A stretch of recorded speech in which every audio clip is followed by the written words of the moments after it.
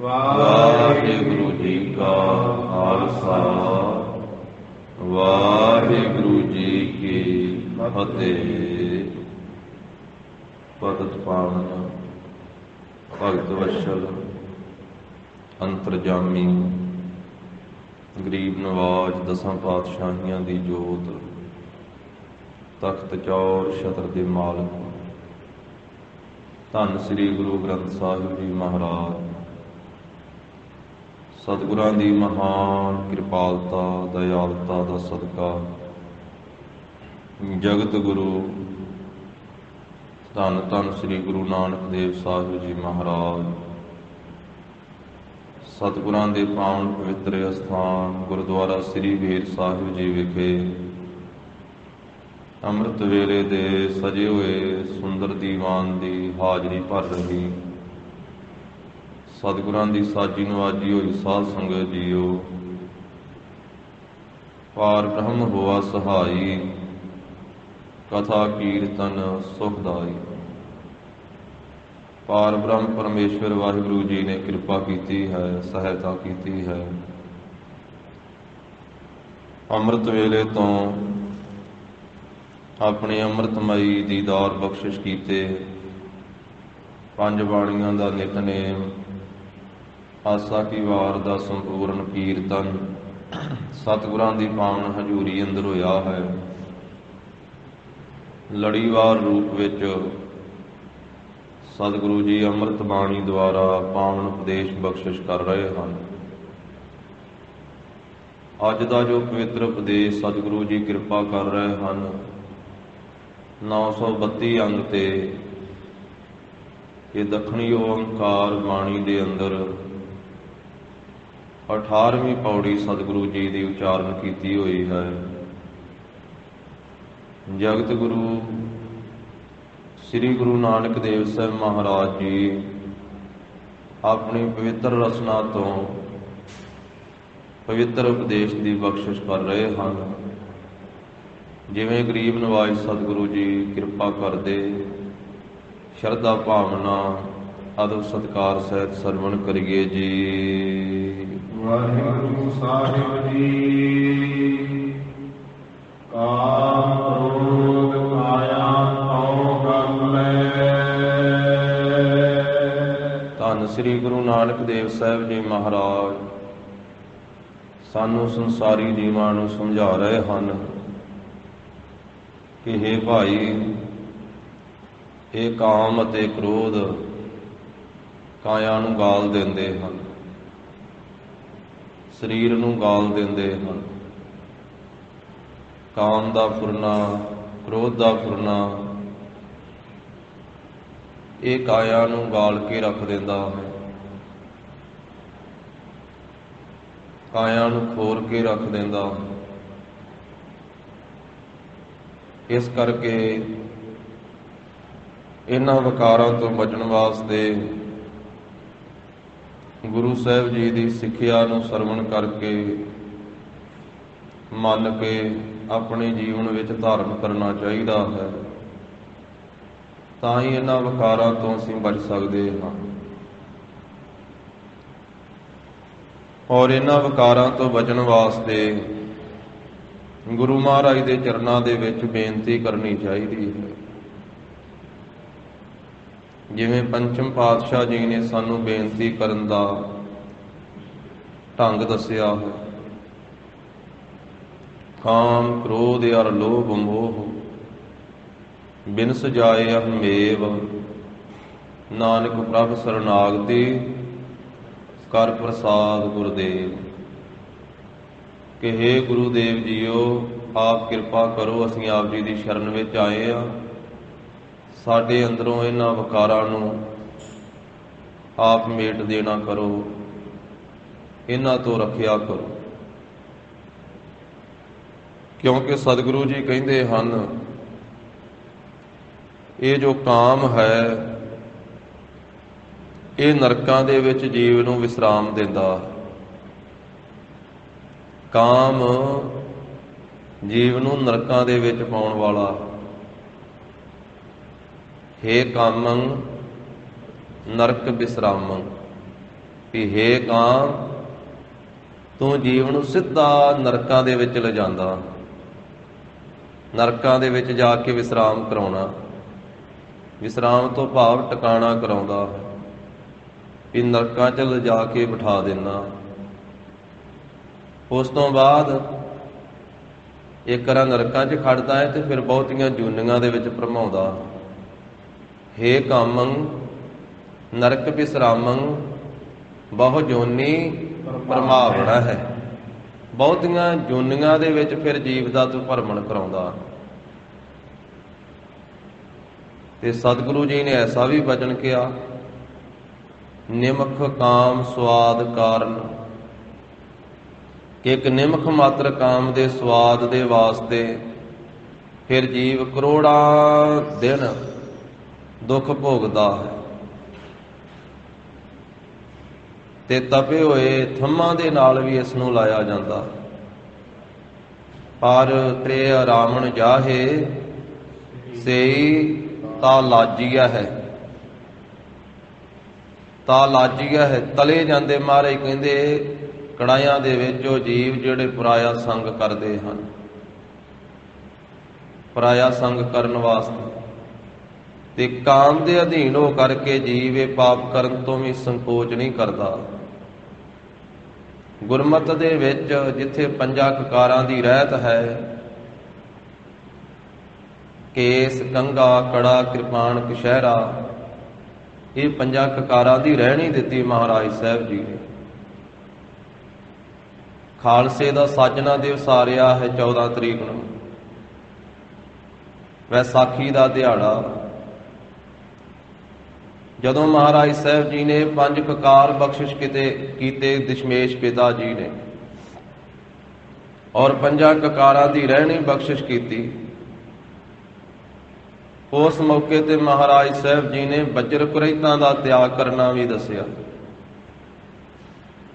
ਗੁਰਮਤਿ ਦੇ ਵਿੱਚ ਜੋ ਵੱਡੇ ਪਾਪ ਹਨ, ਹੁੱਕਾ, ਹਜਾਮਤ, ਹਲਾਲੋ, ਹਰਾਮ, ਇਹ ਵਜਰ ਕੁਰੈਤਾ।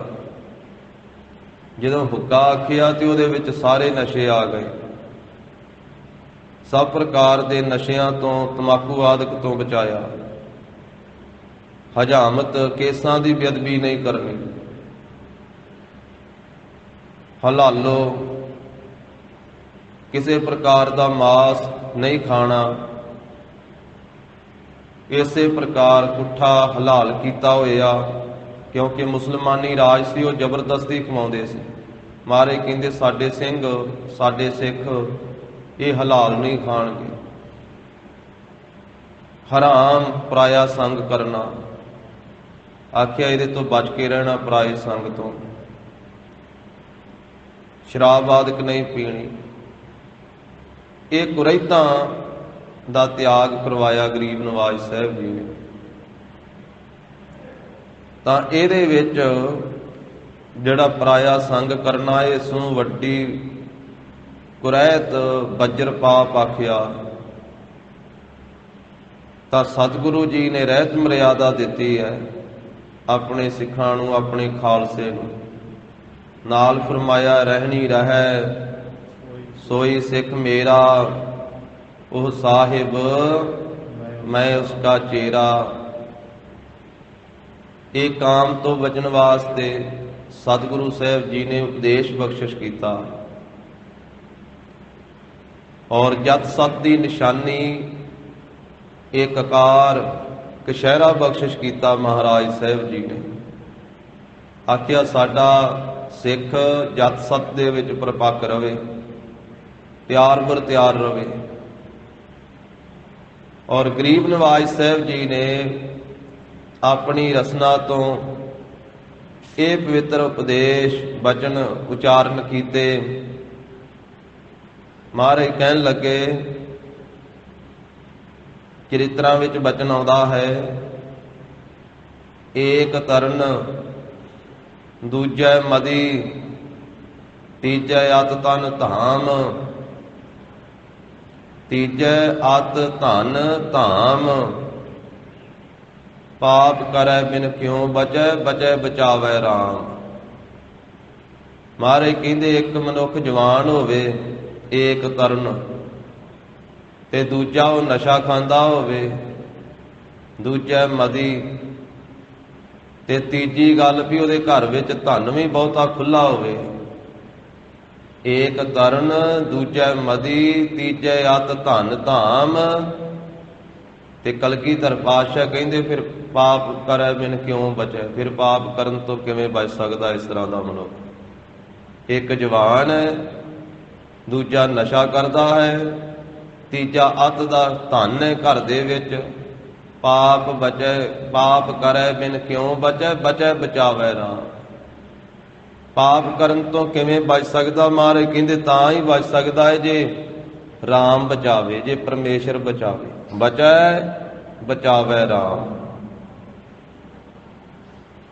ਤਾਂ ਕਲਗੀਧਰ ਪਾਤਸ਼ਾਹ ਮਹਾਰਾਜ ਸਾਹਿਬ ਜੀ ਨੇ ਆਪਣਾ ਨਿਸ਼ਚਾ ਵੀ ਦੱਸਿਆ ਆਪਣੀ ਬਾਣੀ ਦੇ ਅੰਦਰ। ਸਤਿਗੁਰੂ ਕਹਿੰਦੇ ਵੀ ਪਰਾਇਆ ਧਨ ਸਾਨੂੰ ਪੱਥਰ ਦੇ ਤੁੱਲ ਪ੍ਰਤੀਤ ਹੁੰਦਾ ਹੈ, ਤੇ ਪਰਾਈ ਇਸਤਰੀ ਸਾਨੂੰ ਮਾਤਾ ਦੇ ਤੁੱਲ ਪ੍ਰਤੀਤ ਹੁੰਦੀ ਹੈ।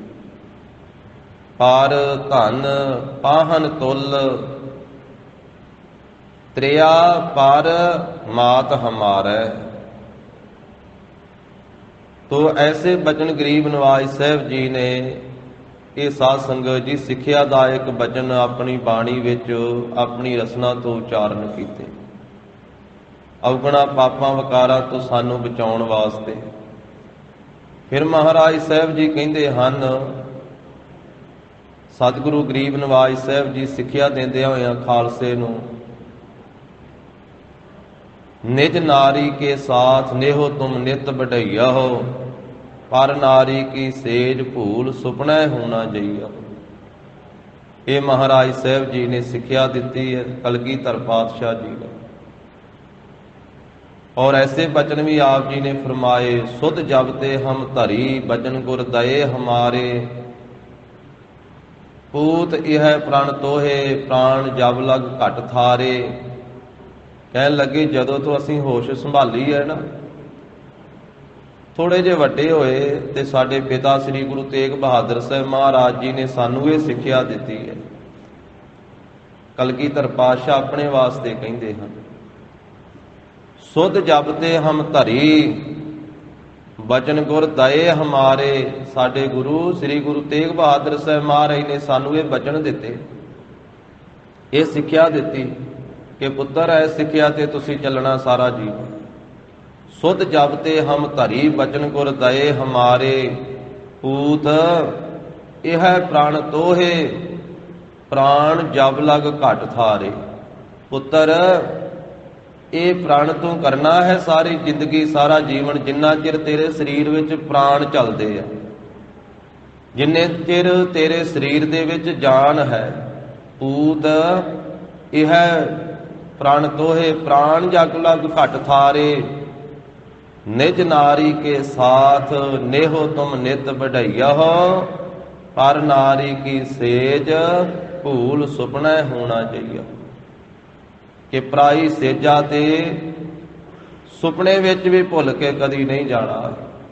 ਇਹੀ ਸਿੱਖਿਆ ਮਹਾਰਾਜ ਕਹਿੰਦੇ ਜੋ ਸਾਡੇ ਪਿਤਾ ਸਤਿਗੁਰੂ ਜੀ ਨੇ ਸਾਨੂੰ ਦਿੱਤੀ, ਉਹੀ ਕਲਗੀਧਰ ਪਾਤਸ਼ਾਹ ਨੇ ਆਪਣੇ ਸਿੱਖਾਂ ਨੂੰ ਦਿੱਤੀ ਹੈ, ਆਪਣੇ ਖਾਲਸੇ ਨੂੰ ਦਿੱਤੀ ਹੈ।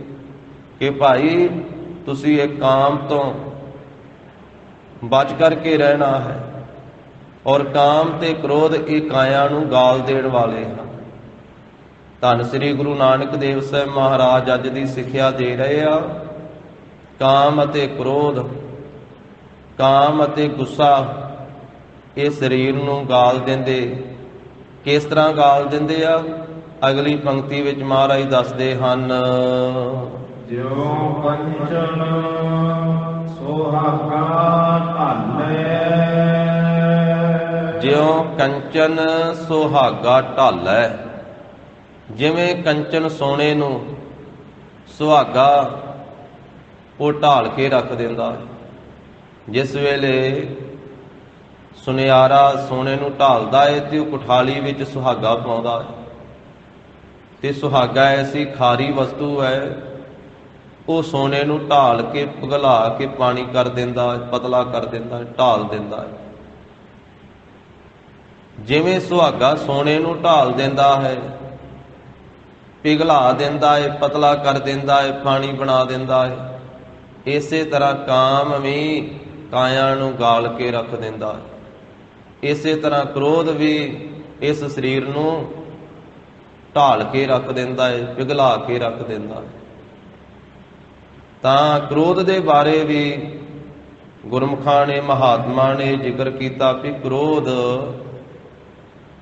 ਜਿਸ ਵੇਲੇ ਆਉਂਦਾ ਹੈ ਨਾ, ਗੁੱਸਾ ਜਿਸ ਵੇਲੇ ਆਉਂਦਾ ਹੈ,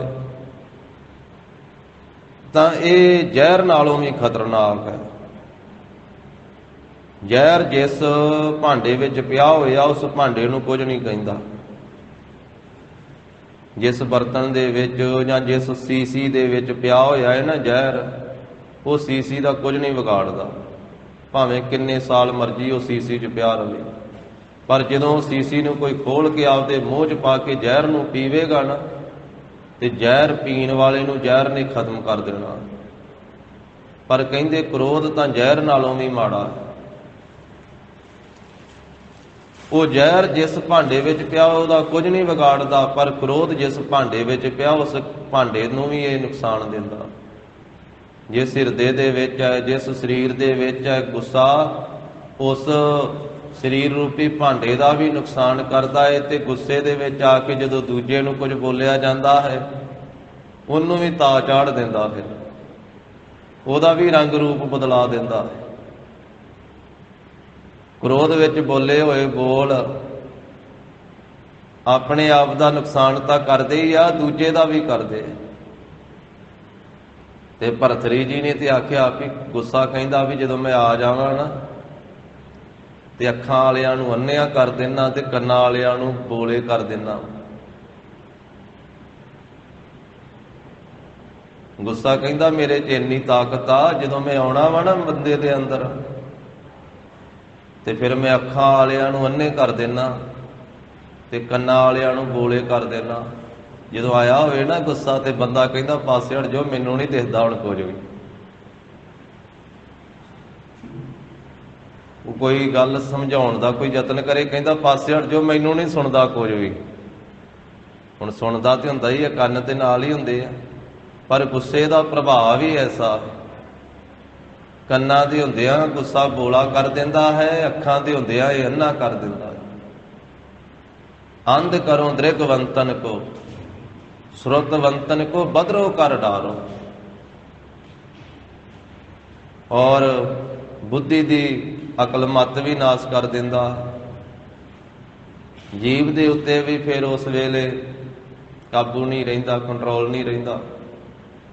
ਗੁੱਸੇ ਵਿੱਚ ਆ ਕਰਕੇ ਬੰਦਾ ਕੀ ਕੁਝ ਬੋਲ ਜਾਂਦਾ ਹੈ, ਕੀ ਕੁਝ ਕਰ ਦਿੰਦਾ ਹੈ, ਬਾਅਦ ਵਿੱਚ ਪਛਤਾਪ ਕਰਦਾ ਹੈ। ਤਾਂ ਸਤਿਗੁਰੂ ਸ੍ਰੀ ਗੁਰੂ ਨਾਨਕ ਦੇਵ ਸਾਹਿਬ ਜੀ ਮਹਾਰਾਜ ਬਖਸ਼ਿਸ਼ ਕਰ ਰਹੇ ਆ ਕਿ ਇਹ ਕਾਮ ਤੇ ਕ੍ਰੋਧ ਦੋਵੇਂ ਹੀ ਸਰੀਰ ਨੂੰ ਗਾਲ ਕੇ ਰੱਖ ਦਿੰਦੇ ਭਾਈ। ਇਸ ਤਰ੍ਹਾਂ ਖਤਮ ਕਰ ਦਿੰਦੇ, ਇਸ ਤਰ੍ਹਾਂ ਇਹ ਕਮਜ਼ੋਰ ਕਰ ਦਿੰਦੇ ਸਰੀਰ ਨੂੰ, ਇਸ ਤਰ੍ਹਾਂ ਪਿਘਲਾ ਦਿੰਦੇ, ਗਾਲ ਦਿੰਦੇ ਆ, ਜਿਵੇਂ ਸੋਨੇ ਨੂੰ ਸੁਹਾਗਾ ਢਾਲ ਕੇ ਰੱਖ ਦਿੰਦਾ, ਪਿਘਲਾ ਕੇ ਰੱਖ ਦਿੰਦਾ। ਇਸ ਕਰਕੇ ਬਾਬਾ ਫਰੀਦ ਸਾਹਿਬ ਭਗਤਾਂ ਦੀ ਵੱਡੀ ਅਵਸਥਾ ਹੈ। ਉਹ ਤਾਂ ਕਹਿੰਦੇ ਤੇਰਾ ਕੋਈ ਬੁਰਾ ਵੀ ਕਰਦਾ ਤੂੰ ਉਹਦਾ ਵੀ ਭਲਾ ਹੀ ਕਰ, ਤੇ ਗੁੱਸਾ ਨਾ ਕਰ, ਕਿਉਂਕਿ ਗੁੱਸਾ ਜਿਹੜਾ ਇਹ ਕਈਆਂ ਬਿਮਾਰੀਆਂ ਦੀ ਜੜ ਹੈ, ਇਹ ਕਈਆਂ ਰੋਗਾਂ ਦੀ ਜੜ ਹੈ। ਕਹਿੰਦੇ ਇੱਕ ਵਾਰੀ ਜਦੋਂ ਗੁੱਸਾ ਆਉਂਦਾ ਵਾ ਤੇ ਕਿੰਨੀ ਤਾਕਤ ਸਰੀਰ ਦੀ ਨਾਸ ਕਰ ਦਿੰਦਾ, ਜਿਹੜੀ ਕਈਆਂ ਦਿਨਾਂ ਵਿੱਚ ਬਣਦੀ ਸਰੀਰ ਦੇ ਅੰਦਰ। ਬਾਬਾ ਫਰੀਦ ਸਾਹਿਬ ਜੀ ਕਹਿੰਦੇ ਫਰੀਦਾ ਬੁਰੇ ਦਾ ਭਲਾ ਕਰ, ਗੁੱਸਾ ਮਨ ਨਾ ਹਟਾਏ, ਦੇਹੀ ਰੋਗ ਨਾ ਲੱਗਈ, ਪੱਲੇ ਸਭ ਕਿਛ ਪਾਏ। ਦੇਹੀ ਨੂੰ ਰੋਗ ਨਹੀਂ ਲੱਗੇਗਾ, ਤੇ ਪੱਲੇ ਵਿੱਚ ਸਭ ਕੁਝ ਪੈ ਜਾਵੇਗਾ ਜੇ ਤੂੰ ਗੁੱਸਾ ਨਾ ਕਰੇ, ਕ੍ਰੋਧ ਨਾ ਕਰ। ਤੋ ਇਹ ਕ੍ਰੋਧ ਦੀ ਐਸੀ ਹਾਲਤ ਹੈ, ਕ੍ਰੋਧ ਵੀ ਕਾਇਆ ਨੂੰ ਗਾਲਦਾ ਹੈ ਤੇ ਕਾਮ ਵੀ ਗਾਲਦਾ। ਕਾਮ ਤਾਂ ਵੱਡਿਆਂ ਵੱਡਿਆਂ ਨੂੰ, ਇਹ ਸਵਰਗ ਦੇ ਦੇਵਤੇ ਵੀ ਇਹਨੇ ਨਹੀਂ ਛੱਡੇ।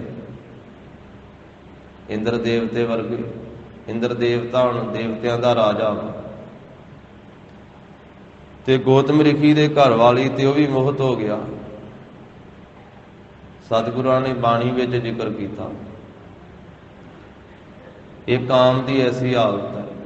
ਹੇ ਕਾਮੰ ਨਰਕ ਵਿਸਰਾਮੰ ਬਹੁ ਜੋਨੀ ਪ੍ਰਭਾਵਣ ਹੈ, ਚਿਤ ਹਰਣੰ ਤ੍ਰੈ ਲੋਕ ਗਮਯੰ। ਇਹ ਚਿੱਤ ਨੂੰ ਖਿੱਚ ਲੈਂਦਾ, ਹਰਣੰ ਮੈਨੇ ਚਿੱਤ ਨੂੰ ਚੁਰਾ ਹੀ ਲੈਂਦਾ। ਕਾਮ ਜਿਹੜਾ ਚਿੱਤ ਖਿੱਚਿਆ ਜਾਂਦਾ, ਫਿਰ ਚਿਤਵਣੀ ਕੋਈ ਰਹਿਣ ਹੀ ਨਹੀਂ ਦਿੰਦਾ ਸ਼ੁੱਧ, ਬਸ ਚਿੱਤ ਨੂੰ ਚੁਰਾ ਹੀ ਲੈਂਦਾ। ਐਸਾ ਹੀ ਕਾਮ ਹੈ। ਤੇ ਤ੍ਰੈ ਲੋਕ ਗਮਯੰ, ਮਹਾਰਾਜ ਨੇ ਆਖਿਆ ਤਿੰਨਾਂ ਲੋਕਾਂ ਵਿੱਚ ਤੇਰੀ ਪਹੁੰਚ ਵਾ, ਤੇਰੀ ਗਮਤਾ ਵਾ। ਇਹ ਨਹੀਂ ਵੀ ਪਹਿਲੇ ਮਾਤ ਲੋਕ ਦੇ ਲੋਕ ਹੀ ਜਿਹੜੇ ਆ ਉਹੀ ਕਾਮ ਦੇ ਦਲਵੇ ਥੱਲੇ ਆਏ, ਉਹੀ ਕਾਮ ਦੇ ਅਧੀਨ ਵਾ। ਇਹਨੇ ਪਤਾਲ ਵਾਲਿਆਂ ਨੂੰ ਨਹੀਂ ਛੱਡਿਆ ਤੇ ਆਕਾਸ਼ ਵਾਲਿਆਂ ਨੂੰ ਨਹੀਂ ਛੱਡਿਆ। ਜਿਨ੍ਹਾਂ ਤੇ ਗੁਰੂ ਕੀ ਕਿਰਪਾ ਹੋਵੇ, ਜਿਨ੍ਹਾਂ ਦੇ ਰਾਖੇ ਸਤਿਗੁਰੂ ਬਣਨ, ਉਹ ਇਹਦੇ ਤੋਂ ਬਚ ਸਕਦੇ ਆ, ਨਹੀਂ ਤੇ ਦੂਜੇ ਨੂੰ ਤੇ ਇਹ ਬਚਨ ਨਹੀਂ ਦਿੰਦਾ। ਕਾਮ ਐਸਾ ਬਲੀ ਹੈ। ਚਿਤ ਹਰਣੰ ਤ੍ਰੈ ਲੋਕ ਗਮਯੰ, ਜਪ ਤਪ ਸੀਲ ਵਿਦਾਰਨ ਹੈ। ਇਹ ਜੀਵ ਦਾ ਜਪ ਤੇ ਤਪ ਨਾਸ ਕਰ ਦਿੰਦਾ, ਤੇ ਸੀਲ ਜਤ ਸਤ ਵੀ ਉਹਦਾ ਨਾਸ ਕਰ ਦਿੰਦਾ। ਸੀਲ ਸੁਭਾਅ ਵੀ ਖਤਮ ਕਰ ਦਿੰਦਾ ਜਿਸ ਵੇਲੇ ਕਾਮ ਬਲੀ ਆਪਣਾ ਬਲ ਪਾਉਂਦਾ। ਸਵਰਗ ਦਾ ਰਾਜਾ ਇੰਦਰ ਦੇਵਤਾ, ਹੁਣ ਕਈ ਅਪਸ਼ਰਾ ਵਾ, ਕਈ ਉਹਦੀਆਂ ਘਰ ਵਾਲੀਆਂ ਵਾ ਇੰਦਰ ਦੇਵਤੇ ਦੀਆਂ, ਪਰ ਫਿਰ ਵੀ ਉਹ ਪਰਾਇਆ ਸੰਗ ਕਰਨ ਤੋਂ ਬਚ ਨਾ ਸਕਿਆ। ਸਤਿਗੁਰਾਂ ਨੇ ਪ੍ਰਭਾਤੀ ਰਾਗ ਦੇ ਅੰਦਰ ਗੁਰੂ ਕੀ ਬਾਣੀ ਵਿੱਚ ਇਹ ਬਚਨ ਅੰਕਿਤ ਹੈ, ਗੌਤਮ ਨਾਰ ਅਹਲਿਆ ਇਸਤਰੀ ਤਿਸ ਦੇਖ ਇੰਦਰ ਲੁਭਾਇਆ। ਗੌਤਮ ਰਿਖੀ ਦੇ ਘਰ ਵਾਲੀ ਅਹਲਿਆ ਜਿਸ ਦਾ ਨਾਮ ਸੀ, ਤੇ ਉਸ ਨੂੰ ਵੇਖ ਕਰਕੇ ਇੰਦਰ ਦੇਵਤਾ ਲੁਭਾਇਮਾਨ ਹੋ ਗਿਆ। ਸਵਰਗ ਦਾ ਰਾਜਾ ਗੌਤਮ ਤਪਾ ਅਹਲਿਆ ਇਸਤਰੀ ਤਿਸ ਦੇਖ ਇੰਦਰ ਲੁਭਾਇਆ, ਸਹਿਸ ਸਰੀਰ ਚਿਹਨ ਭਗ ਹੋਏ ਤਾਂ ਮਨ ਪਛੋਤਾਇਆ। ਜਿਸ ਵੇਲੇ ਰਿਖੀ ਨੂੰ ਪਤਾ ਲੱਗਾ ਨਾ, ਉਹ ਰਿਖੀ ਦਾ ਭੇਸ ਬਦਲ ਕਰਕੇ ਕੁਕਰਮ ਜਦੋਂ ਉਹਨੇ ਕੀਤਾ, ਤੇ ਗੌਤਮ ਰਿਖੀ ਇਹ ਗੋਦਾਵਰੀ ਦੇ ਕੰਢੇ ਤੇ, ਜਦੋਂ ਆਪਾਂ ਸੱਚਖੰਡ ਹਜੂਰ ਸਾਹਿਬ ਜਾਂਦੇ ਆ, ਉੱਥੇ ਗੋਦਾਵਰੀ ਦੇ ਕੰਢੇ ਤੇ ਗੌਤਮ ਰਿਖੀ ਦਾ ਸਥਾਨ ਬਣਿਆ ਹੋਇਆ, ਉੱਥੇ ਉਹਦਾ ਆਸ਼ਰਮ ਸੀ। ਜਦੋਂ ਉਸ ਨੂੰ ਪਤਾ ਲੱਗਾ ਵੀ ਰਿਖੀ ਤੇਰੇ ਘਰ ਵਿੱਚ ਤਾਂ ਚੋਰ ਪਏ ਹੋਏ ਆ, ਜਦੋਂ ਆਇਆ ਉਹਦੇ ਸਾਹਮਣੇ ਇਹ ਇੰਦਰ ਲੱਗਾ, ਉਹਦੇ ਮੱਥੇ ਲੱਗਾ ਰਿਖੀ ਦੇ। ਰਿਖੀ ਨੇ ਗੁੱਸੇ ਵਿੱਚ ਆ ਕੇ ਸਰਾਪ ਦਿੱਤਾ। ਉਹਨੇ ਆਖਿਆ ਤੂੰ ਇੱਥੇ ਕੋਈ ਕਰਮ ਕਰਨ ਵਾਸਤੇ ਆਇਆ ਵਾ, ਤਾਂ ਇਹ ਹਜ਼ਾਰਾਂ ਭੱਗਾਂ ਤੇਰੇ ਸਰੀਰ ਉੱਤੇ ਹੋ ਜਾਣ। ਤਾਂ ਫਿਰ ਉਹ ਇੰਦਰ ਦੇਵਤੇ ਦੇ ਸਰੀਰ ਉੱਤੇ ਸਹਿਸ ਸਰੀਰ ਚਿਹਨ ਭੱਗ ਹੋਏ, ਹਜ਼ਾਰਾਂ ਭੱਗਾਂ ਹੋ ਗਈਆਂ। ਸਾਰਾ ਹੀ ਜਿਹੜਾ ਸਰੀਰ ਸੀ ਉਹ ਕੋੜੀ ਹੋ ਗਿਆ। ਤਾਂ ਮਨ ਪਛੋਤਾਇਆ, ਫਿਰ ਉਹਨੂੰ ਪਛਤਾਉਣਾ ਪਿਆ। ਕਹਿਣ ਤੋਂ ਭਾਵੇ ਵੀ ਕਾਮ ਕਿੱਡਾ ਬਲੀ ਹੈ, ਇਹਨੇ ਸਵਰਗ ਵਾਲੇ ਦੇਵਤਿਆਂ ਦੇ ਰਾਜੇ ਇੰਦਰ ਨੂੰ ਵੀ ਨਹੀਂ ਛੱਡਿਆ, ਉਸਨੇ ਵੀ ਇਹ ਕਲੰਕ ਖੱਟ ਲਿਆ। ਵੱਡਿਆਂ ਵੱਡਿਆਂ ਦਾ ਇਹਨੇ ਜਪ ਤਪ ਸੀਲ ਖਤਮ ਕਰ ਦਿੱਤਾ। ਕਾਇਆ ਨੂੰ ਤਾਂ ਇਹ ਗਾਲਦਾ ਹੀ ਹੈ, ਕਾਮ ਤੇ ਕ੍ਰੋਧ। ਮਾਰੇ ਕਹਿੰਦੇ ਜਪ ਤਪ ਤੇ ਸੀਲ ਜਤ ਸਤ ਸਭ ਕੁਝ ਇਹ ਖਤਮ ਕਰ ਦਿੰਦਾ। ਬਿਆਸ ਰਿਖੀ ਦਾ ਇੱਕ ਚੇਲਾ ਹੋਇਆ ਜੈਮਨੀ ਰਿਖੀ, ਉਹਨੇ ਇੱਕ ਗ੍ਰੰਥ ਲਿਖਿਆ ਤੇ ਉਹਦੇ ਵਿੱਚ ਉਹਨੇ ਲਿਖ ਦਿੱਤਾ ਵੀ ਜਿਹੜਾ ਗਿਆਨਵਾਨ ਪੁਰਸ਼ ਹੈ ਨਾ, ਉਹਦੇ ਉੱਤੇ ਵਿਸ਼ੇ ਆਪਣਾ ਪ੍ਰਭਾਵ ਨਹੀਂ ਪਾ ਸਕਦੇ। ਗਿਆਨਵਾਨ ਦੇ ਉੱਤੇ ਕਾਮ ਦਾ ਪ੍ਰਭਾਵ ਨਹੀਂ ਪੈ ਸਕਦਾ, ਕ੍ਰੋਧ ਦਾ ਨਹੀਂ ਪੈ ਸਕਦਾ, ਲੋਭ ਮੋਹ ਹੰਕਾਰ ਦਾ ਨਹੀਂ ਪੈ ਸਕਦਾ। ਜਦੋਂ ਉਹ ਗ੍ਰੰਥ ਲਿਖ ਕੇ ਤੇ ਆਪਣੇ ਗੁਰੂ ਬਿਆਸ ਰਿਖੀ ਨੂੰ ਪੜ੍ਹਾਇਆ ਨਾ ਕਿ ਗੁਰੂ ਜੀ ਆ ਮੈਂ ਵੀ ਇੱਕ ਗ੍ਰੰਥ ਲਿਖਿਆ ਵਾ ਤੁਹਾਡੀ ਕਿਰਪਾ ਦੇ ਨਾਲ, ਬਿਆਸ ਰਿਖੀ ਤੋਂ ਪੜ੍ਹਿਆ ਸੀ। ਜਦੋਂ ਬਿਆਸ ਰਿਖੀ ਨੇ ਉਹ ਗ੍ਰੰਥ ਪੜ੍ਹਿਆ ਆਪਣੇ ਚੇਲੇ ਜੈਮਨੀ ਰਿਖੀ ਦਾ ਲਿਖਿਆ ਹੋਇਆ, ਜਿੱਥੇ ਉਹਨੇ ਇਹ ਗੱਲ ਲਿਖੀ ਸੀ ਨਾ ਵੀ ਵਿਸ਼ੇ ਗਿਆਨਵਾਨ ਉੱਤੇ ਪ੍ਰਭਾਵ ਨਹੀਂ ਪਾ ਸਕਦੇ, ਉਹਨੇ ਕਿਹਾ ਆਹ ਗੱਲ ਨਹੀਂ ਤੂੰ ਸਹੀ ਲਿਖੀ। ਵਿਸ਼ੇ ਵਕਾਰ ਗਿਆਨਵਾਨ ਉੱਤੇ ਵੀ ਆਪਣਾ ਅਸਰ ਪਾਉਂਦੇ ਆ, ਪ੍ਰਭਾਵ ਪਾਉਂਦੇ ਆ। ਗਿਆਨਵਾਨ ਨੂੰ ਵੀ ਭਾਵੇਂ ਕੋਈ ਗਿਆਨੀ ਵੀ ਹੋ ਜਾਵੇ, ਸਮਝ ਵਾਲਾ ਵੀ ਹੋ ਜਾਵੇ, ਉਹਨੂੰ ਵੀ ਵਿਕਾਰਾਂ ਤੋਂ ਬਚ ਕੇ ਰਹਿਣਾ ਚਾਹੀਦਾ, ਉਸ ਨੂੰ ਵੀ ਵਿਕਾਰਾਂ ਤੋਂ ਬਚ ਕੇ ਰਹਿਣਾ ਚਾਹੀਦਾ। ਗਿਆਨਵਾਨ ਨੂੰ ਵੀ ਕੁਸੰਗਤ ਤੋਂ ਬਚ ਕੇ ਰਹਿਣਾ ਚਾਹੀਦਾ। ਇਹ ਨਹੀਂ ਵੀ ਉਹ ਗਿਆਨਵਾਨ ਹੋ ਗਿਆ ਤੇ ਉਹ ਫਿਰ ਕੁਸੰਗਤ ਕਰਨ ਲੱਗ ਪਵੇ ਜਾਂ ਵਿਸ਼ੇ ਉਹਦੇ ਤੇ ਅਸਰ ਨਹੀਂ ਪਾਉਂਦੇ। ਉਹਨੇ ਆਖਿਆ ਵਿਸ਼ਿਆਂ ਦੇ ਮਾਰ ਹੇਠਾਂ ਉਹ ਵੀ ਆ ਸਕਦਾ, ਬਚ ਕੇ ਰਹਿਣਾ ਚਾਹੀਦਾ। ਇਹ ਕਹਿੰਦਾ ਨਹੀਂ ਜੀ, ਗਿਆਨਵਾਨ ਉੱਤੇ ਅਸਰ ਹੋ ਹੀ ਨਹੀਂ ਸਕਦਾ ਵਿਸ਼ਿਆਂ ਦਾ, ਉਹ ਤਾਂ ਗਿਆਨੀ ਆ। ਬਿਆਸ ਰਿਖੀ ਨੇ ਵੇਖਿਆ ਵੀ ਇਹ ਸਮਝਦਾ ਨਹੀਂ ਇਸ ਤਰ੍ਹਾਂ। ਉਹਨੇ ਕਿਹਾ ਮੈਂ ਜੋ ਲਿਖ ਦਿੱਤਾ ਜੀ ਮੈਂ ਯਥਾਰਥ ਲਿਖਿਆ, ਸਹੀ ਲਿਖਿਆ। ਕਹਿਣ ਲੱਗਾ ਚੰਗਾ ਠੀਕ ਆ ਬਈ, ਜੇ ਸਹੀ ਲਿਖਿਆ। ਕਈ ਦਿਨ ਲੰਘ ਗਏ। ਹੁਣ ਇੱਕ ਦਿਨ ਬਿਆਸ ਰਿਖੀ ਨੇ ਸੋਚਿਆ ਵੀ ਇਹਦੀ ਪਰਖ ਤਾਂ ਕਰੀਏ। ਰਾਤ ਦਾ ਸਮਾਂ ਸੀ ਜਿੱਥੇ ਜੈਮਨੀ ਰਿਖੀ ਦੀ ਕੁਟੀਆ ਨਾ। ਹੁਣ ਬਿਆਸ ਰਿਖੀ ਬਹੁਤ ਵੱਡਾ ਤਪਸਵੀ ਹੈ, ਬਹੁਤ ਜਪ ਤਪ ਹੈ, ਰਿੱਧੀਆਂ ਸਿੱਧੀਆਂ ਸਭ ਕੁਝ ਉਹਨਾਂ ਦੇ ਅਧੀਨ ਹੈ। ਤੇ ਜੈਮਨੀ ਰਿਖੀ ਦੀ ਕੁਟੀਆ ਤੋਂ ਥੋੜੀ ਕੁ ਦੂਰ ਜਿਹੜਾ ਹੈ ਨਾ ਆਪਣਾ ਰੂਪ ਆਪਣੀ ਸ਼ਕਤੀ ਦੇ ਨਾਲ ਬਦਲ ਕੇ ਤੇ ਸੁੰਦਰ ਇਸਤਰੀ ਦਾ ਰੂਪ ਧਾਰਨ ਕਰ ਲਿਆ। ਇਸਤਰੀ ਦਾ ਰੂਪ ਧਾਰਨ ਕਰ ਲਿਆ ਤੇ ਉਸ ਤਰ੍ਹਾਂ ਦੇ ਕੱਪੜੇ ਵੀ ਨਵੀਂ ਵਿਆਹੀ ਹੋਈ ਇਸਤਰੀ, ਤੇ ਉਸ ਥਾਂ ਦੇ ਉੱਤੇ ਉਹ ਇਸਤਰੀ ਰੋਣ ਲੱਗ ਪਈ। ਰਾਤ ਦਾ ਸਮਾਂ ਹੈ, ਜਦੋਂ ਰੋਂਦੀ ਹੈ ਤੇ ਜੈਮਨੀ ਰਿਖੀ ਦੇ ਕੰਨਾਂ ਵਿੱਚ ਆਵਾਜ਼ ਪਈ ਵੀ ਇਹ ਕੋਈ ਲੜਕੀ ਰੋ ਰਹੀ ਹੈ।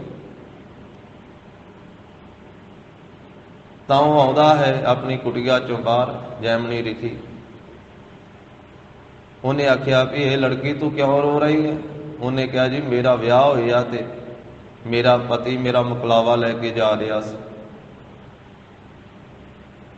ਡਾਕੂ ਪੈ ਗਏ, ਧਾੜਵੀ ਪੈ ਗਏ, ਮੇਰੇ ਗਹਿਣੇ ਵੀ ਲਾ ਕੇ ਲੈ ਗਏ, ਮੇਰਾ ਪਤੀ ਵੀ ਪਤਾ ਨਹੀਂ ਕਿੱਧਰ ਨੂੰ ਚਲੇ ਗਿਆ।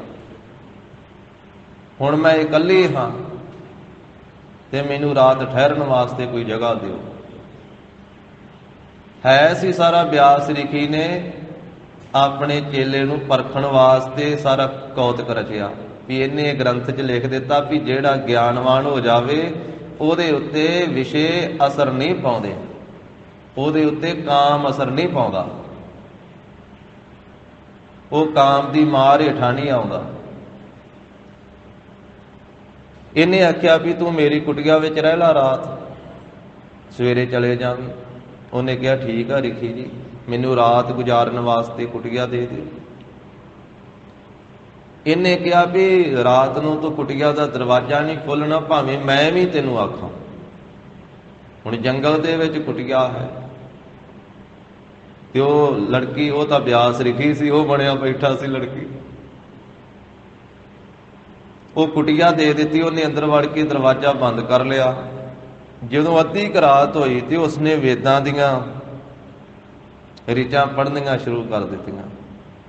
ਹੁਣ ਇਸਤਰੀ ਦਾ ਰੂਪ ਧਾਰਨ ਕੀਤਾ ਸੀ। ਇਸਤਰੀ ਦੀ ਆਵਾਜ਼ ਦੇ ਵਿੱਚ ਉਹਨੇ ਵੇਦਾਂ ਦੀਆਂ ਤੁਕਾਂ ਪੜ੍ਹੀਆਂ, ਗਾਈਆਂ, ਉੱਚੀ ਸੁਰ ਦੇ ਨਾਲ ਗੀਤ ਗਾਏ। ਇਹ ਜੈਮਣੀ ਰਿਖੀ ਜਿਹੜਾ ਹੈ ਮੋਹਿਤ ਹੋ ਗਿਆ। ਇਹ ਦਰਵਾਜ਼ਾ ਖੜਕਾਵੇ ਕਿ ਦਰਵਾਜ਼ਾ ਖੋਲ।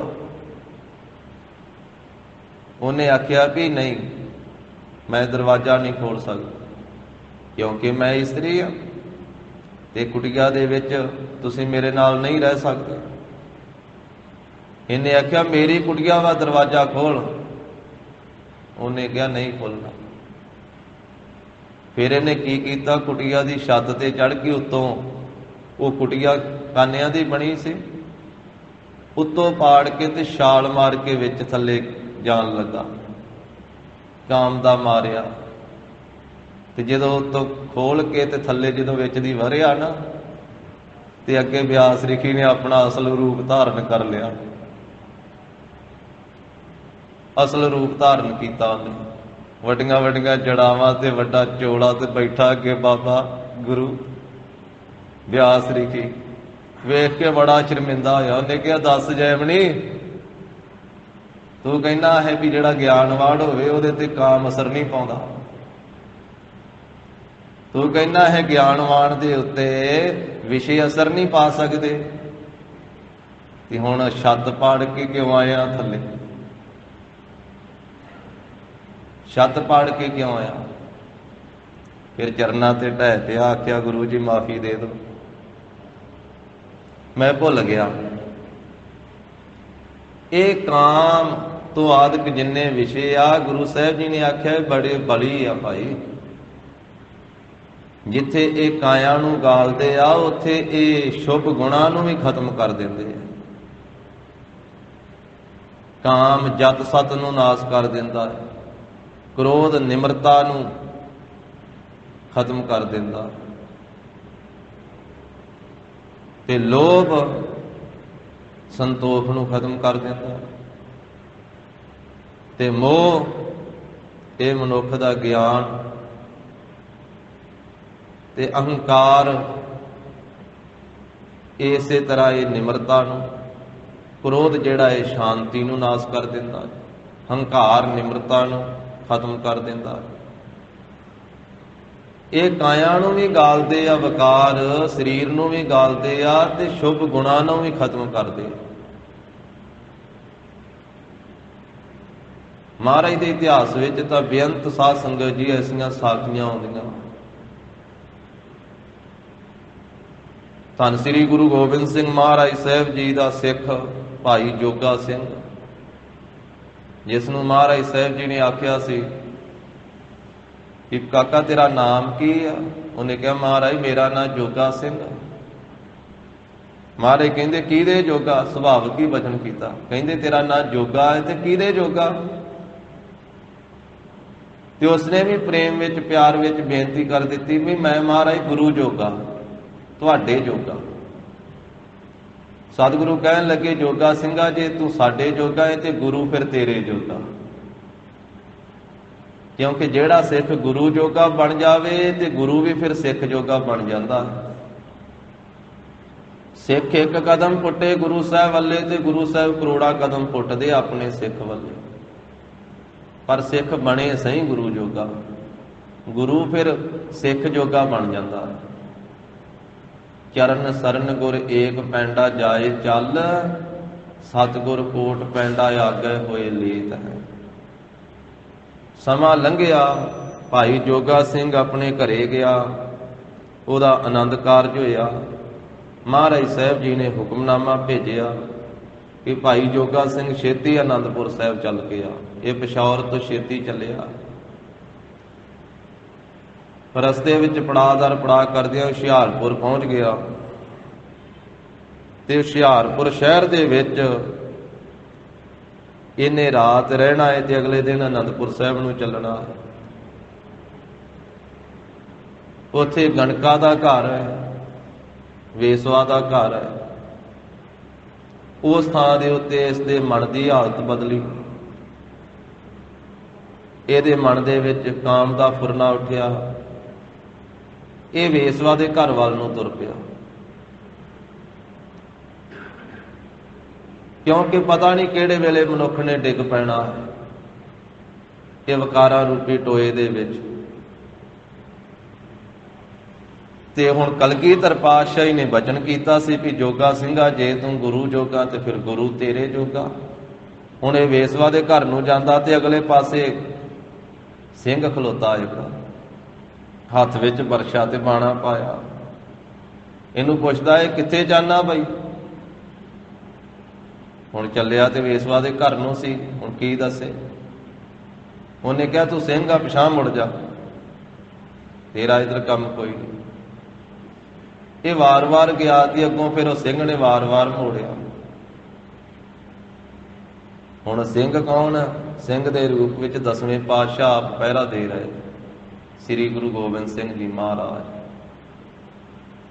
इन्ने चिर नूं फिर दिन चढ़ गया अमृत वेला। इहदी राखी कीती जोगा ਸਿੰਘ दी चौकीदार बन के पहरेदार बन के। हुण जदों अगले दिन गया है आनंदपुर साहिब महाराज साहिब जी नूं नमस्कार कीती ते सतगुरां दे नेत्र लाल। जदों नमस्कार कीती ना जोगा ਸਿੰਘ ने ते नाले बेनती कीती महाराज आप जी दे नेत्र बड़े लाल। ते सतगुरु कहिंदे कि रात एक सिख ने सानू पहरे ते खिलार छड्डिया।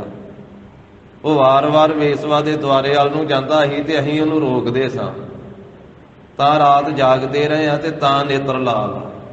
बड़ा शर्मिंदा होया जोगा ਸਿੰਘ। महाराज ने दस दिता भी तू रात नूं वेसवा वाल नूं जाना सी ते तेरी राखी करदे रहे हां रात तां ये अखां विच नींद आ ते नेत्र तां लाल आ। उत्थे एक गुरमुख ने लिखिया कि गुरु इहो जिहा चाहीदा भाई। इहो जिहा गुरु तो फिर इहो ही आ दूजा तो हो ही नहीं सकता। श्री गुरु गोबिंद सिंह महाराज वर्गे तो श्री गुरु गोबिंद सिंह ही आ दूजा तो नहीं कोई हो सकता। ये गुरमुख दे बोल वा गुरु जी जे लोड़ होवे गुरु भी अजिहा होवे जैसे दशमेश माता गुजरी दे लाल जी। गुरु दी जे लोड़ होवे गुरु भी अजिहा होवे जैसे दशमेश माता गुजरी दे लाल जी। सारी रात पहरा देवे आप चौकीदार हो के पाप अग विचों लवे सिख नूं उबार जी। पाप दी अग दे विच सिख डिगन लगा सी ते पहरा दे के सारी रात महाराज साहब जी ने बचाया। धन गुरु गोबिंद सिंह महाराज सारी रात पहरा देवे आप चौकीदार हो के पाप अग विचों लवे सिख नूं उबार जी।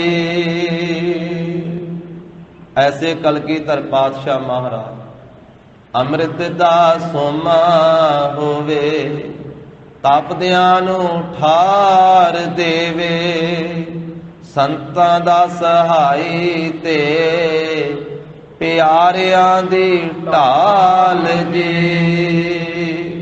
धन श्री गुरु गोबिंद सिंह जी महाराज। तो इस तरह राखी कीती भाई जोगा ਸਿੰਘ दी। तो सतगुरु साहब जी तो साध संगत जी हर समय महाराज राखी करते अपने सिख दी। सिख गुरु की सिक्ख्या ते चले गुरु साहब जी की आग्या नूं धारण करे। सतगुरु भी लोक ते प्रलोक विच राखी करते। तां महाराज साहब जी इत्थे दस रहे हैं काम क्रोध काया कौ गल है। हे भाई ये काम ते क्रोध दे फुरने नूं त्यागो क्योंकि ये काम क्रोध शरीर नूं गाल देंदे। जिवें सुहागा सोने नूं ढाल देंदा है पिघला देंदा है पानी वांगू पतला कर देंदा है।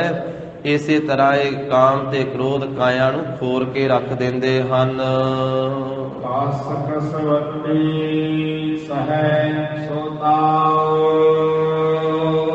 ते जदों सोने नूं ता दिता जाता है ना सह सो ताओ। जदों सहारदा है ता अग्नि दा सोना ਤੇ 12 ਅੱਗਾਂ ਉਹਨੂੰ ਦਿੱਤੀਆਂ ਜਾਂਦੀਆਂ। ਵਾਰ-ਵਾਰ ਉਹਨੂੰ ਅੱਗ ਦੇ ਉੱਤੇ ਤਾਜ ਜਿਹੜਾ ਹੈ ਉਹ ਦਵਾਇਆ ਜਾਂਦਾ ਹੈ ਤੇ ਫਿਰ ਉਹ 12 ਵੰਨੀ ਦਾ ਸੋਨਾ ਸੁੱਧ ਬਣਦਾ। ਉਸ ਤੋਂ ਬਾਅਦ ਫਿਰ ਕਸਵੱਟੀ, ਕਸ ਲਾਈ ਜਾਂਦੀ ਹੈ ਕਸਵੱਟੀ ਦੀ। ਕਸਵੱਟੀ ਦੇ ਉੱਤੇ ਉਹਨੂੰ ਘਸਾਇਆ ਜਾਂਦਾ ਹੈ। ਇੱਕ ਤਰ੍ਹਾਂ ਦਾ ਪੱਥਰ ਹੁੰਦਾ ਹੈ, ਸਰਾਫਾਂ ਦੇ ਕੋਲੇ, ਸੁਨਿਆਰਿਆਂ ਦੇ ਕੋਲੇ, ਉਹਨੂੰ ਕਸਵੱਟੀ ਕਿਹਾ ਜਾਂਦਾ ਹੈ।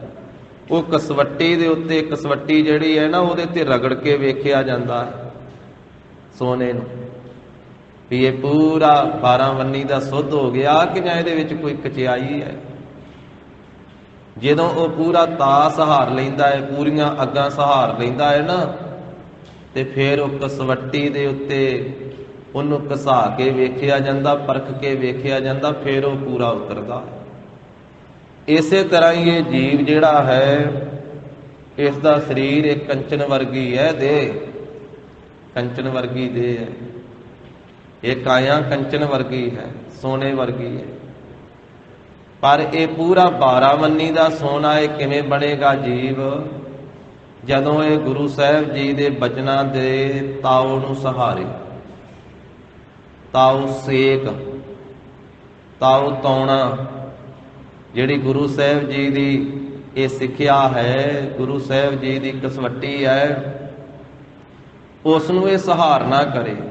ਜੋ ਮਹਾਰਾਜ ਸਾਹਿਬ ਜੀ ਨੇ ਰਹਿਤ ਦੱਸੀ ਉਹਦੇ ਵਿੱਚ ਚੱਲੇ, ਸੇਵਾ ਕਰੇ, ਸਿਮਰਨ ਕਰੇ, ਤਾਂ ਗੁਰੂ ਸਾਹਿਬ ਜੀ ਦੀ ਆਗਿਆ ਦੇ ਵਿੱਚ ਇਸ ਭੱਠੀ ਦੇ ਵਿੱਚ ਪਵੇ।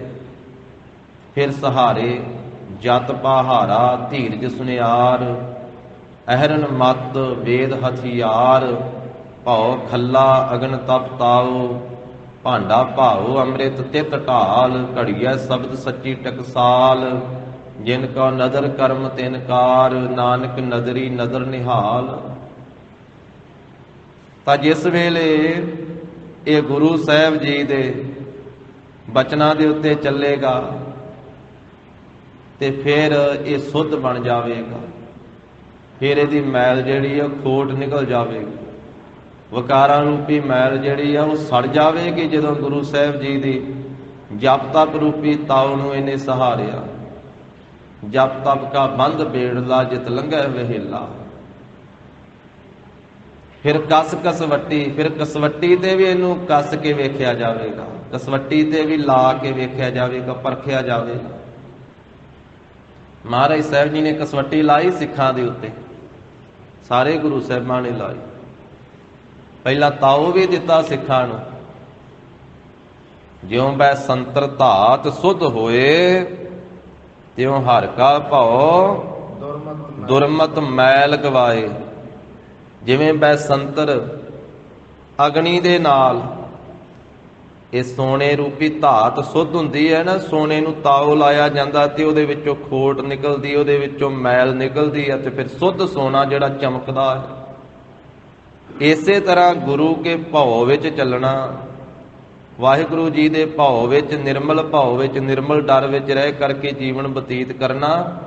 ਫਿਰ ਦੁਰਮਤ ਦੀ ਜਿਹੜੀ ਮੈਲ ਹੈ ਨਾ, ਖੋਟੀ ਮੈਲ, ਮਨਮਤ, ਦੁਰਮਤ, ਉਹ ਖੋਟੀ ਮੈਲ ਰੂਪੀ ਜਿਹੜੀ ਇਹ ਫਿਰ ਅਸ਼ੁੱਧਤਾ ਹੈ, ਮਲੀਨਤਾ ਹੈ, ਉਹ ਦੂਰ ਹੁੰਦੀ ਹੈ। ਜਿਉਂ ਬੈ ਸੰਤਰ ਧਾਤ ਸੁੱਧ ਹੋਏ, ਤਿਉ ਹਰ ਕਾ ਭਉ ਦੁਰਮਤ ਮੈਲ ਗਵਾਏ। ਖੋਟੀ ਮਤ ਰੂਪੀ ਮੈਲ ਨੂੰ ਗੁਰੂ ਪਰਮੇਸ਼ਰ ਦਾ ਨਿਰਮਲ ਭਉ ਗਵਾ ਦਿੰਦਾ ਹੈ, ਦੂਰ ਕਰ ਦਿੰਦਾ ਹੈ।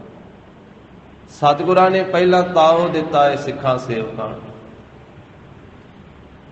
ਮਹਾਰਾਜ ਸਾਹਿਬ ਜੀ ਨੇ ਸਿੱਖਿਆ, ਇਹ ਜੋ ਆਗਿਆ ਕੀਤੀ ਗੁਰੂ ਸਾਹਿਬ ਨੇ ਵੀ ਭਾਈ ਅੰਮ੍ਰਿਤ ਵੇਲੇ ਉੱਠਣਾ ਹੈ, ਇਸ਼ਨਾਨ ਕਰਨਾ ਹੈ, ਫਿਰ ਨਾਮ ਜਪਣਾ ਹੈ, ਮਨ ਨੂੰ ਤੇ ਇੰਦਰੀਆਂ ਨੂੰ ਕਾਬੂ ਕਰਕੇ ਰੱਖਣਾ ਹੈ, ਸਰੀਰ ਨੂੰ ਗੁਰੂ ਕੀ ਦੱਸੀ ਮਰਿਆਦਾ ਵਿੱਚ ਰੱਖਣਾ ਹੈ, ਤੇ ਸ਼ਬਦ ਦਾ ਅਭਿਆਸ ਕਰਦਿਆਂ ਕਰਦਿਆਂ ਮਨ ਨੂੰ ਵੀ ਕਾਬੂ ਕਰਨਾ ਹੈ।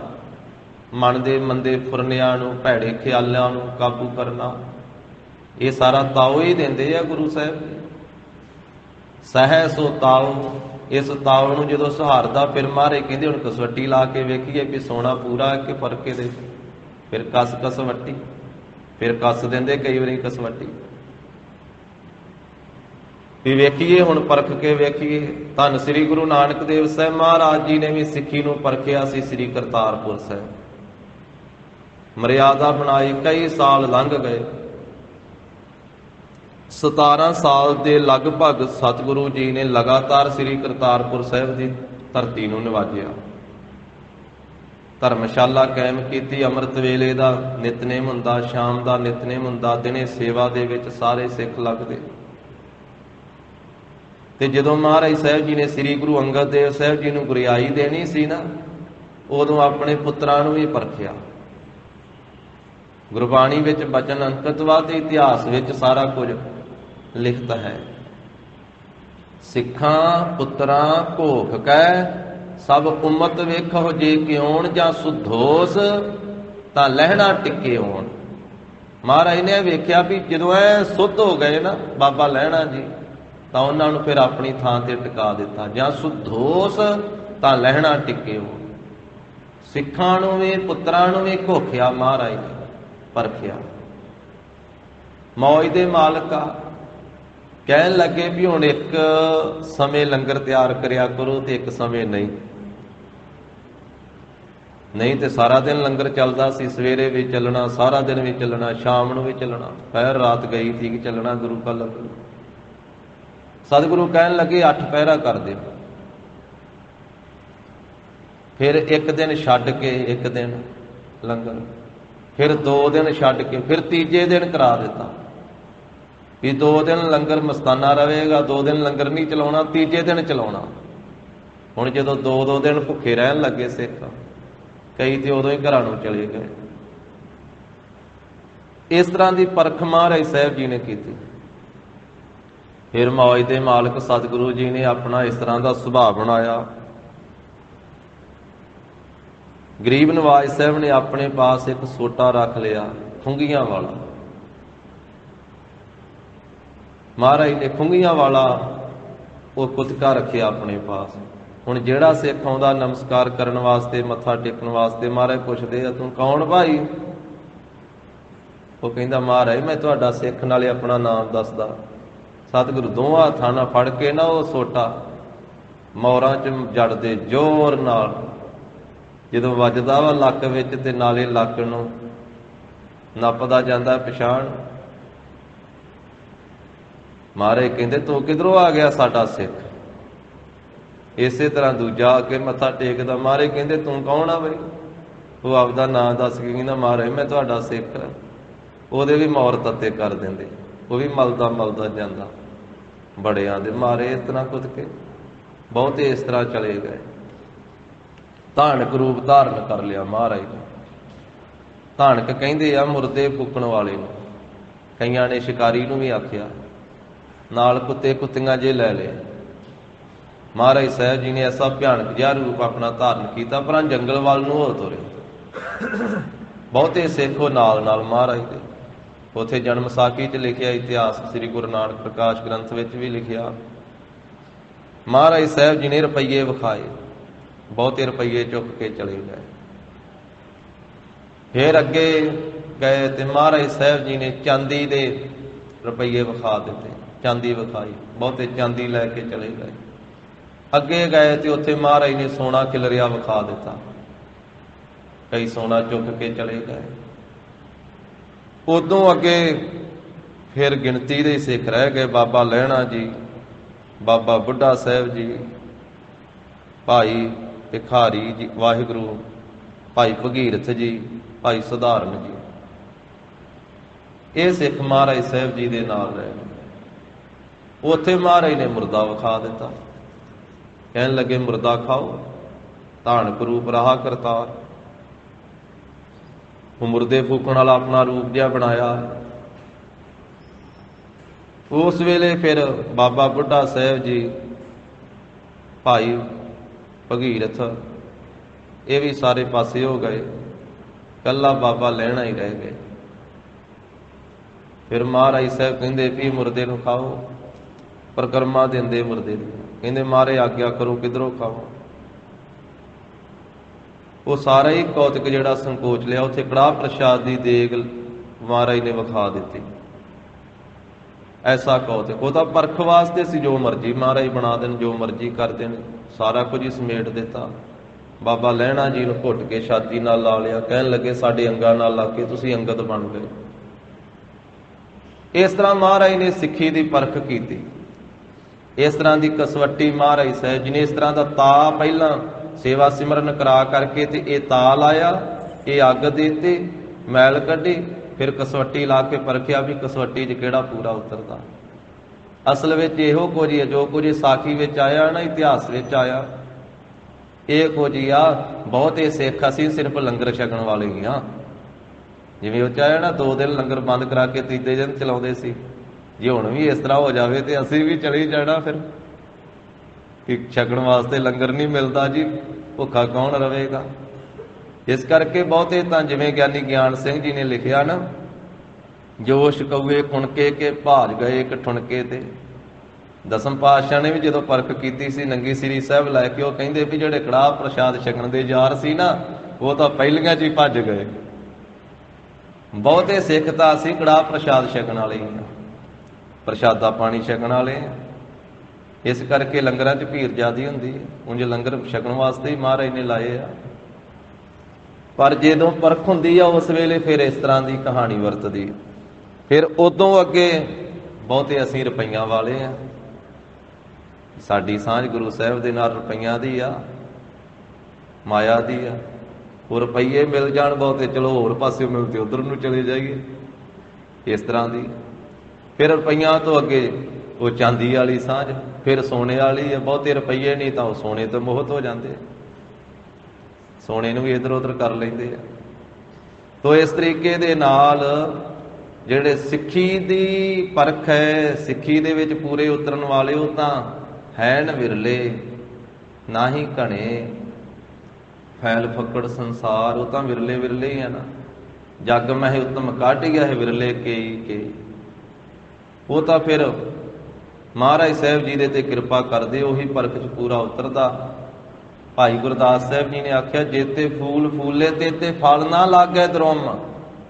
ਜਿੱਤੇ ਜਿੰਨੇ ਫੁੱਲ ਲੱਗਦੇ ਆ ਨਾ ਦਰਖਤ ਨੂੰ, ਉਹ ਸਾਰੇ ਫਲਾਂ ਤੀਕ ਨਹੀਂ ਅਪੜਦੇ। ਬਹੁਤੇ ਤੇ ਹਵਾ ਚੱਲਦੀ, ਹਨੇਰੀ ਚੱਲਦੀ, ਫੁੱਲ ਹੀ ਝੜ ਜਾਂਦੇ ਆ। ਕਈ ਫੁੱਲਾਂ 'ਚੋਂ ਅੱਗੇ ਵੀ ਫਲ ਤੀਕ ਪਹੁੰਚਦੇ ਆ, ਤੇ ਫਲ ਵੀ ਸਾਰੇ ਪੱਕਦੇ ਨਹੀਂ, ਕਈ ਕੱਚੇ ਹੀ ਡਿੱਗ ਪੈਂਦੇ ਆ ਫਲ, ਕਈ ਵਿੱਚੋਂ ਕਾਣੇ ਪੈ ਜਾਂਦੇ ਆ। ਕੋਈ ਵਿਰਲੇ ਵਿਰਲੇ ਹੀ ਜਿਹੜੇ ਉਹ ਸਾਬਤ ਰਹਿੰਦੇ ਆ। ਜੇਤੇ ਫੂਲ ਫੂਲੇ ਤੇ ਫਲ ਨਾ ਲਾਗੇ ਦਰੁਮ, ਲਾਗਤ ਜਿਤੇਕ ਪ੍ਰਪੱਕ ਨਾ ਸਕਲ ਹੈ। ਜੇਤੇ ਸੁੱਧ ਜਨਮਤ ਜੀਅਤ ਰਹਿ ਨਾ ਤੇਤੇ। ਕਹਿੰਦੇ ਮਾਤਾ ਪਿਤਾ ਦੇ ਸੰਬੰਧ ਤੋਂ ਜਿੰਨੇ ਪੁੱਤਰ ਪੈਦਾ ਹੁੰਦੇ ਸਾਰੇ ਜਿਉਂਦੇ ਨਹੀਂ ਰਹਿੰਦੇ, ਤੇ ਜਿੰਨੇ ਜਿਉਂਦੇ ਰਹਿੰਦੇ ਆ ਤੇਤੇ ਕੁਲ ਨਾ ਕਮਲ ਹੈ। ਉਹ ਆਪਣੇ ਖਾਨਦਾਨ ਨੂੰ ਕਮਲ ਫੁੱਲ ਦੀ ਤਰ੍ਹਾਂ ਰੋਸ਼ਨ ਕਰਨ ਵਾਲੇ ਨਹੀਂ ਹੁੰਦੇ। ਕਈ ਤੇ ਖਾਨਦਾਨ ਦੀ ਬੇੜੀ ਡੁੱਬਣ ਵਾਲੇ ਹੁੰਦੇ। ਕੋਈ ਵਿਰਲਾ ਵਿਰਲਾ ਆਪਣੇ ਖਾਨਦਾਨ ਦਾ ਨਾਂ ਰੋਸ਼ਨ ਕਰਦਾ ਹੈ, ਆਪਣੇ ਪਰਿਵਾਰ ਦਾ ਨਾਂ ਰੋਸ਼ਨ ਕਰਦਾ ਹੈ। ਤੀਜਾ ਬਚਨ ਕੀਤਾ ਭਾਈ ਸਾਹਿਬ ਜੀ ਨੇ, ਦਲ ਮਿਲ ਜਾਤ ਜੇਤੇ ਸੁਭਾਟ ਨਾ ਹੋਏ ਤੇਤੇ। ਜਿੰਨੇ ਦਲ ਵਿੱਚ ਫੌਜ ਵਿੱਚ ਭਰਤੀ ਹੁੰਦੇ, ਭਾਈ ਸਾਹਿਬ ਕਹਿੰਦੇ ਸਾਰੇ ਸੂਰਮੇ ਥੋੜਾ ਹੁੰਦੇ ਆ, ਸੂਰਮਾ ਤੇ ਕੋਈ ਵਿਰਲਾ ਹੁੰਦਾ। ਦਲ ਮਿਲ ਜਾਤ ਜੇਤੇ ਸੁਭਾਟ ਨਾ ਹੋਏ ਤੇਤੇ, ਜੇਤਿਕ ਸੁਭਾਟ ਜੂਝ ਮਰਤ ਨਾ ਥਲ ਹੈ। ਫਿਰ ਜਿੰਨੇ ਸੂਰਮੇ ਹੁੰਦੇ ਆ ਉਹ ਸਾਰੇ ਜੂਝ ਕੇ ਸ਼ਹੀਦੀ ਨਹੀਂ ਪਾਉਂਦੇ, ਸ਼ਹੀਦੀ ਕਿਸੇ ਵਿਰਲੇ ਦੇ ਭਾਗਾਂ ਵਿੱਚ ਆਉਂਦੀ ਹੈ। ਇਸੇ ਤਰ੍ਹਾਂ ਇਹ 3 ਬਚਨ ਕਹਿ ਕੇ ਫਿਰ ਉਹਨਾਂ ਨੇ ਆਖਿਆ, ਸਿੱਖ ਤਾਂ ਸਾਰੇ ਹੀ ਗੁਰੂ ਦੇ ਆ, ਸੀਸੇ ਦੀ ਤਰ੍ਹਾਂ ਲਿਸ਼ਕਦੇ ਹੋਏ ਦਿਸਦੇ ਆ। ਆਰਸੀ ਜੁਗਤ ਗੁਰ ਸਿੱਖ ਸਭ ਹੀ ਕਹਾਵੈ, ਪਾਵਕ ਪ੍ਰਗਾਸ ਭਏ ਬਿਰਲੇ ਅਚਲ ਹੈ। ਪਰ ਜਦੋਂ ਪਰਖ ਦੀ ਅੱਗ ਬਾਲੀ ਨਾ ਗੁਰੂ ਸਾਹਿਬ ਨੇ, ਹੁਣ ਅਗਨੀ ਦੇ ਪਾਸ ਕੋਈ ਵਿਰਲਾ ਵਿਰਲਾ ਸੀਸਾ ਹੀ ਠਹਿਰਦਾ ਨਹੀਂ, ਤੇ ਸਾਰੇ ਪਿਘਲ ਕੇ ਪਾਣੀ ਹੋ ਜਾਂਦੇ ਆ। ਕਸ ਕਸਵੱਟੀ ਸਹਿ ਸੋ ਤਾਓ। ਜਿਸ ਵੇਲੇ ਕਸਵੱਟੀ ਕੱਸੀ ਜਾਂਦੀ ਹੈ ਨਾ, ਕਸਵੱਟੀ ਉੱਤੇ ਘਸਾਇਆ ਜਾਂਦਾ ਹੈ ਸੋਨੇ ਨੂੰ, ਉਦੋਂ ਫਿਰ ਉਹੀ ਪੂਰਾ ਨਿਬੜਦਾ ਹੈ ਜਿੰਨੇ ਤਾਓ ਸਹਾਰੇ ਹੁੰਦੇ ਆ, ਜਿੰਨੇ 12 ਅੱਗਾਂ ਸਹੀਆਂ ਹੁੰਦੀਆਂ ਵਾ, ਉਹੀ ਫਿਰ ਪੂਰਾ ਉਤਰਦਾ ਹੈ। ਗੁਰਪੀਰਾਂ ਕੀ ਚਾਕਰੀ ਮਹਾ ਕਰੜੀ। ਜਿੰਨੇ ਮਹਾ ਕਰੜੀ ਜਿਹੜੀ ਚਾਕਰੀ ਕੀਤੀ ਹੁੰਦੀ ਹੈ, 12 ਅੱਗਾਂ ਸਹਾਰੀਆਂ ਹੁੰਦੀਆਂ, ਉਸੇ ਨੂੰ ਫਿਰ ਸੁੱਖ ਸਾਰ ਗਹਿਣਾ ਫਿਰ ਉਹਦਾ ਹੀ ਬਣਦਾ ਹੈ। ਗਲ ਵਿੱਚ ਪਿਆ ਹੋਇਆ ਉਹੀ ਸੋਭਦਾ ਹੈ। ਜਿਹੜਾ ਅੱਗਾਂ ਦੇ ਵਿੱਚ ਦੀ ਨਿਕਲਿਆ, ਤਾ ਦੇ ਵਿੱਚ ਦੀ ਨਿਕਲਿਆ, ਸਹਿ ਸੋ ਤਾਉ। ਇਸ ਕਰਕੇ ਭਗਤ ਜੀ ਨੇ ਵੀ ਆਖਿਆ ਨਾ, ਕਬੀਰ ਕਸੌਟੀ ਰਾਮ ਕੀ, ਝੂਠਾ ਟਿਕੈ ਨਾ ਕੋਏ, ਰਾਮ ਕਸੌਟੀ ਸੋ ਸਹਿ ਜੋ ਮਰ ਜੀਵਾ ਹੋਏ। ਜਿਹੜਾ ਮਰ ਜੀਵੜਾ ਹੁੰਦਾ ਵਾ, ਜਿਹੜਾ ਜਿਉਂਦਿਆਂ ਮਰਦਾ ਵਾ, ਮੁਰੀਦ ਬਣਨ ਵਾਸਤੇ ਮੁਰਦਾ ਹੋਣਾ ਪੈਂਦਾ ਹੈ। ਸਿੱਖ ਬਣਨ ਵਾਸਤੇ ਵੀ ਆਪਣੀ ਹਉਮੈ ਤਿਆਗ ਕੇ ਮੁਰਦੇ ਸਮਾਨ ਹੋਣਾ ਪੈਂਦਾ ਹੈ। ਮੁਰਦਾ ਹੋਏ ਮੁਰੀਦ ਨਾ ਗੱਲੀ ਹੋਵਣਾ।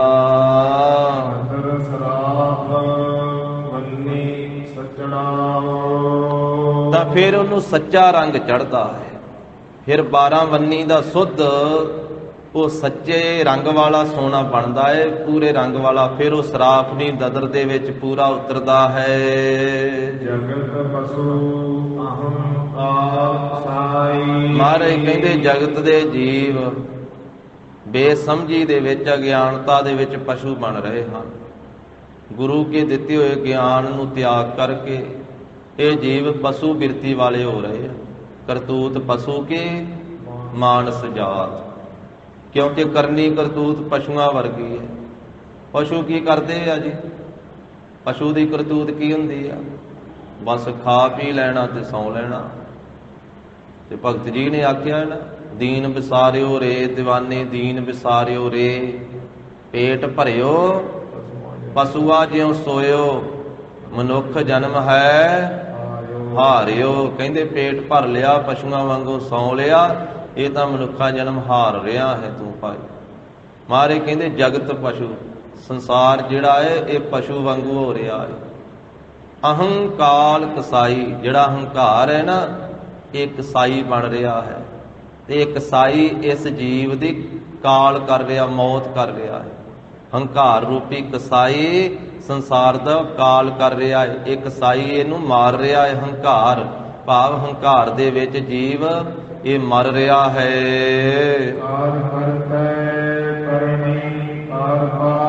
ਇਹ ਕਰਤੇ ਪੁਰਖ ਨੇ ਸ੍ਰਿਸ਼ਟੀ ਪੈਦਾ ਕੀਤੀ ਆ, ਤੇ ਕਰਤੇ ਪੁਰਖ ਨੇ ਜੀਵਾਂ ਨੂੰ ਪੈਦਾ ਕਰਕੇ ਉਹਨਾਂ ਦੇ ਹੱਥਾਂ ਵਿੱਚ ਹੀ ਕਰਨੀ ਪਾ ਦਿੱਤੀ। ਭਾਵ ਜੀਵਾਂ ਦੇ ਜੀਵ ਦੇ ਹੱਥ ਵਿੱਚ ਹੀ ਇਹਦੀ ਕਰਨੀ, ਵੀ ਜਿਹੋ ਜਿਹਾ ਇਹ ਕਰਮ ਕਰਦਾ ਹੈ ਉਹੋ ਜਿਹਾ ਫਲ ਇਹਨੂੰ ਪਾਉਣਾ ਪੈਂਦਾ ਹੈ। ਜੇ ਕਾਮ ਕ੍ਰੋਧ ਵਿੱਚ ਗਲਤਾਨ ਹੁੰਦਾ ਹੈ ਤੇ ਫਿਰ ਕਾਇਆ ਇਹਦੀ ਗਲ ਜਾਂਦੀ ਹੈ। ਜਿਸ ਨੇ ਸ੍ਰਿਸ਼ਟੀ ਪੈਦਾ ਕੀਤੀ ਹੈ ਨਾ, ਇਹ ਸ੍ਰਿਸ਼ਟੀ ਦੀ ਕੀਮਤ ਉਸ ਕਰਤਾ ਪੁਰਖ ਨੇ ਆਪ ਹੀ ਪਾਈ ਹੈ, ਦੂਜਾ ਨਹੀਂ ਕੋਈ ਪਾ ਸਕਦਾ।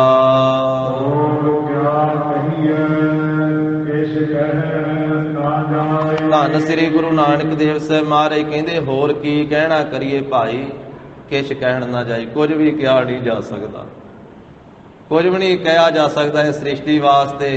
ਇਹ ਕਰਤੇ ਪੁਰਖ ਨੇ ਆਪ ਹੀ ਸਾਰੇ ਕਰਨੀ ਜਿਹੜੀ ਜੀਵਾਂ ਦੇ ਪਾਈ ਹੋਈ, ਜਿਸ ਤਰ੍ਹਾਂ ਦੇ ਜੀਵਾਂ ਦੇ ਕਰਮ ਉਸੇ ਤਰ੍ਹਾਂ ਦਾ ਲੇਖ ਪਾਇਆ ਹੋਇਆ ਹੈ।